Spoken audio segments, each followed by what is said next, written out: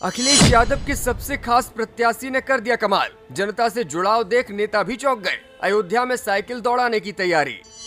E rickshaw से नामांकन करने पहुंचे सपा प्रत्याशी, बोले यही तो मेरा सौभाग्य है। सुनकर अखिलेश ने भी बजाई तालियां।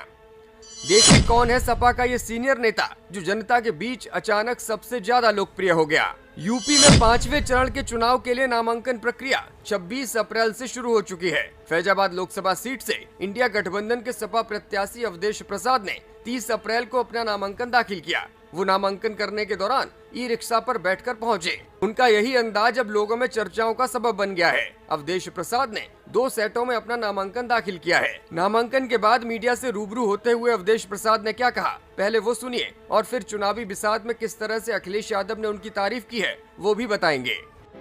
तो हम समाजवादी पार्टी के लोग हैं और कांग्रेस पार्टी के लोग, इंडिया गठबंधन के लोग हैं। ये पूरी तैयारी है और इतनी तैयारी है कि भारतीय जनता पार्टी के राज का पूरा सफाया हो जाए। और हमारी चर्चा है, आज अगर कोई चर्चा है तो संविधान बचाने का चर्चा है, अगर कोई चर्चा है तो लोकतंत्र बचाने का चर्चा है, अगर चर्चा इस देश में है तो आरक्षण बचाने की चर्चा है।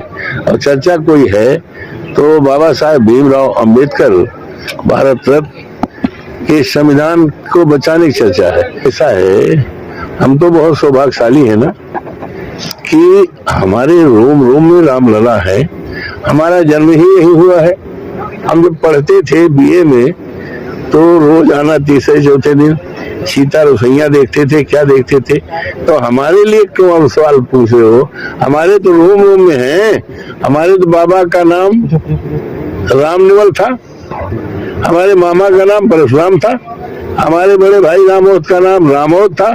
तो हमारे तो रोम रोम में राम है। ये किससे पूछ रहे हो? क्यों पूछ रहे हो? हम तो इसी में पैदा हुए हैं। तो सुना आपने, नामांकन करने के बाद अवधेश प्रसाद ने कहा कि भाजपा को हराने के लिए उन्होंने पूरी तैयारी कर ली है। सपा और कांग्रेस मिलकर भाजपा का सफाया कर देंगे। आज अगर चुनाव में कोई चर्चा है तो संविधान बचाने की चर्चा है, लोकतंत्र बचाने की चर्चा है और आरक्षण बचाने की भी चर्चा है। भगवान रामलला के दर्शन करने के सवाल पर अवधेश प्रसाद ने कहा कि हम लोग सौभाग्यशाली हैं। हम तो अयोध्या में ही पैदा हुए हैं। हमारे रोम रोम में राम बसे हुए हैं। हमारे पूर्वजों के नाम में भी राम लगा हुआ है।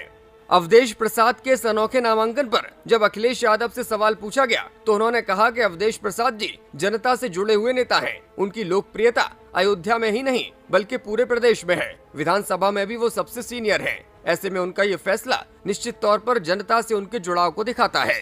नामांकन के दौरान सहयोगी दल कांग्रेस के पूर्व प्रदेश अध्यक्ष निर्मल खत्री भी मौजूद रहे। इस दौरान उन्होंने कहा, इस देश में एक नापाक हुकूमत चल रही है और उसकी वजह से ही महंगाई आसमान छू रही है।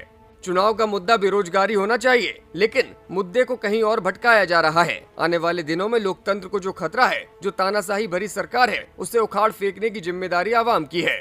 आपको बता दें कि फैजाबाद लोकसभा सीट से अवधेश प्रसाद चुनावी मैदान में हैं। वो 9 बार के विधायक हैं और संसदीय जीवन का उनका लंबा अनुभव है। वो एक गरीब परिवार से निकल कर आए थे और राजनीति उन्होंने शुरू की। यही वजह है कि वो गरीबों के दुख दर्द से वाकिफ है और अक्सर जनता के बीच पैदल या रिक्शे पर बैठकर जाते हुए दिखाई देते हैं। आपको बता दें कि 7 मई को तीसरे चरण में उत्तर प्रदेश के संभल, हाथरस, आगरा, फतेहपुर सीकरी, फिरोजाबाद, मैनपुरी, एटा, बदायूं, आंवला और बरेली में चुनाव होना है।